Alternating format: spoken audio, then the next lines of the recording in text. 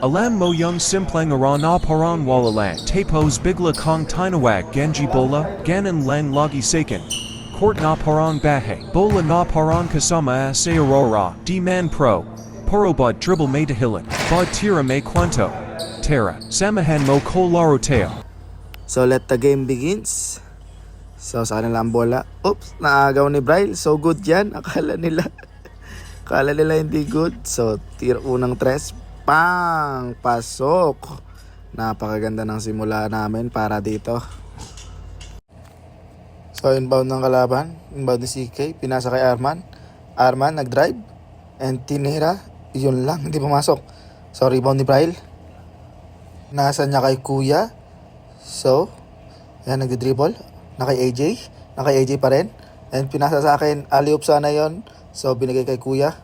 And tinira niya. Oy, yun lang. Di pumasok, guys.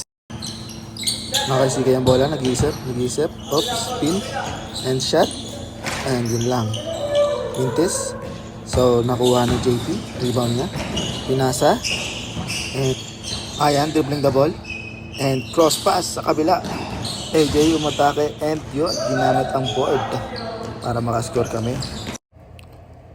So Arman, dribbling the ball, good yan. And yun, inatake talaga kami. And so wala nakapigil. So inbound na AJ, dribbling the ball. And behind the back. And pull up jumper. Bang!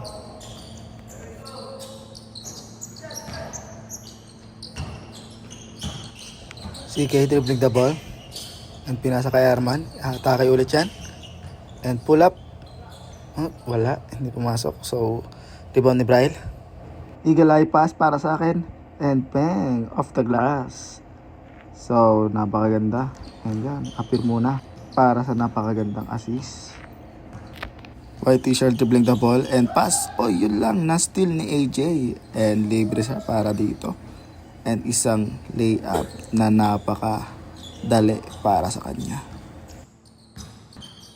CK dribbling the ball and pass.